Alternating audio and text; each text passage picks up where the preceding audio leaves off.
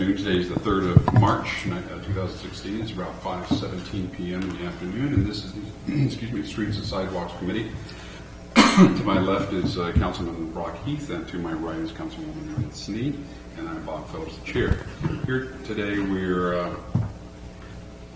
staff is asking for a recommendation to council regarding authorizing a bid, an authorization to go out to bid for McCaig Road Improvement Project, Phase 3. And Mrs. Rhodes or Mr. Terrington, who's going to start off? We are asking that council authorize us to advertise for bids. We did go out and do the design, have the design work done. The engineer is estimating $1.5 million for the project, and that would include a contingency. The 2016 budgeted amount was $1,215,000, all funds in. And so we are asking for authorization of $285,000 over what the budget included. You see in your report a breakdown of the estimated, or the items and the estimated cost differences. For example, with the roadway, which is OPWC money and which would include general fund reserves for $155,000 of the difference, just in case, because we have to factor in the costs of some retaining walls that may need to be replaced, as well as the original very preliminary estimate that was done in 2013-14 did not include replacing the overhead LED school zone blinking lights. And so we're saying we really need to do that, and the associated wiring, because they're 20 to 25 years old. And then again, as I mentioned, that would include a contingency, all of which would happen out of the 442 fund. Although, as the project progresses, if there are contingencies that are in the utility funds, then we'll adjust those accordingly so we don't take it all out of 442. And then you'll see that the stormwater, water, and sewer funding estimates have been adjusted based on the engineer's design. I do want to note that in the report, only to follow up with some questions that I had received from council when we originally asked for approval to apply for OPWC money. There's a line in here that talks about the utilities being built for future realignment of McCaig and Ridge Road. I just want to make that clear that this project does not include that project. That project is not part of any 5-year plan.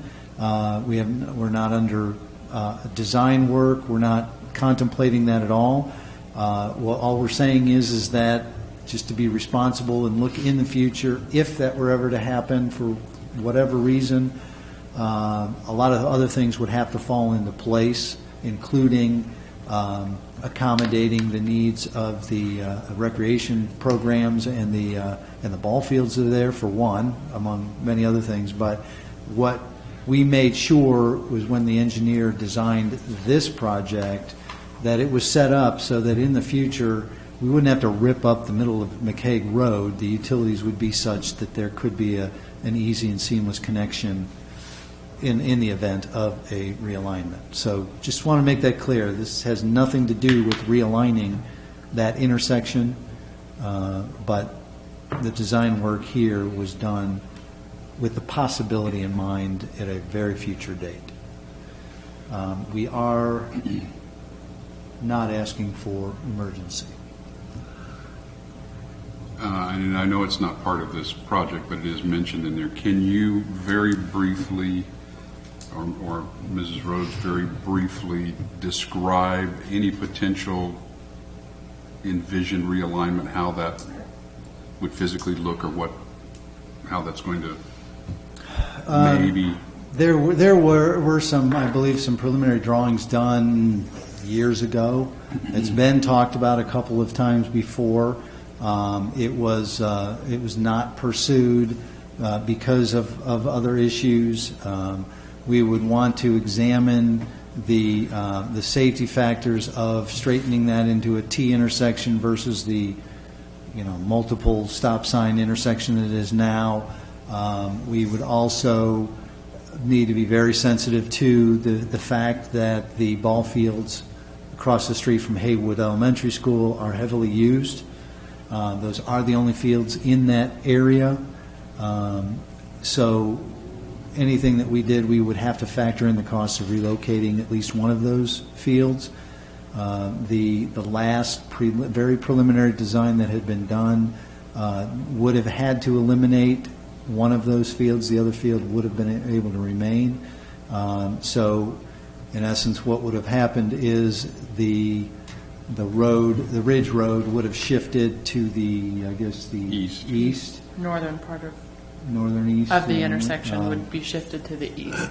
And I mean, that was the last time. I mean, it may not make sense. It's not something. It was something that would have to be detailed engineered. It would cost at least hundreds of thousands of dollars to do that project. And again, it's not on a short-term plan at all. Okay.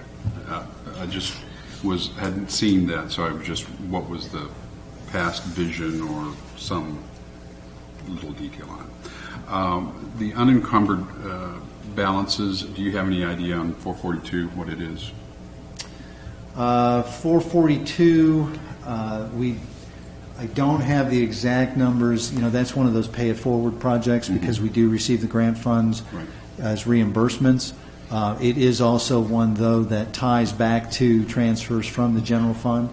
So the general fund would no doubt come into play, and the reserves there would be part of any reappropriation, probably, depending on the timing of any reimbursements we receive. Okay.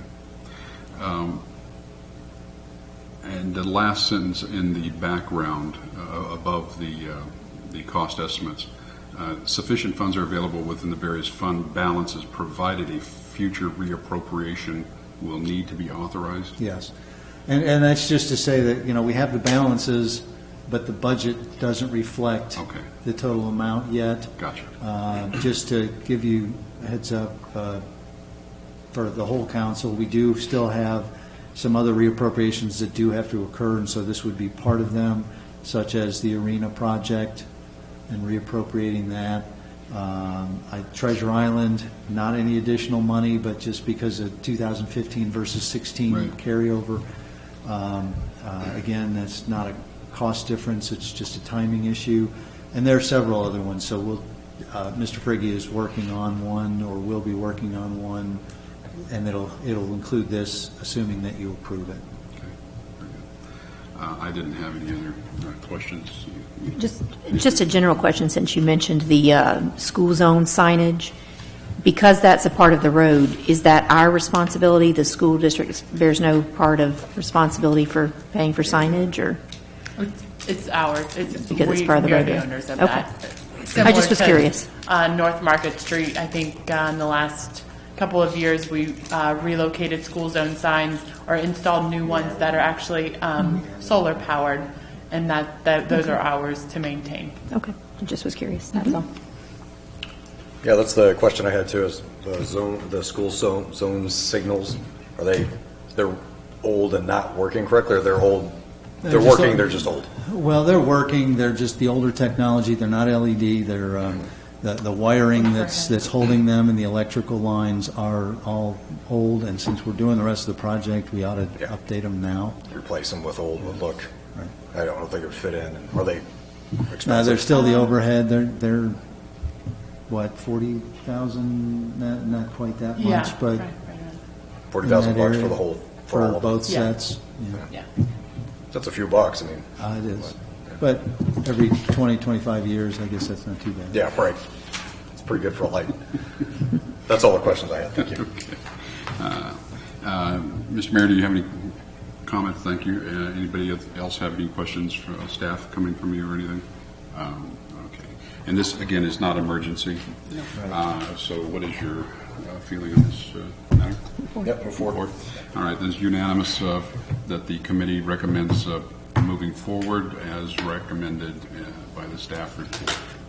Any other items to come before the street sidewalks? No, sir. Okay, very good.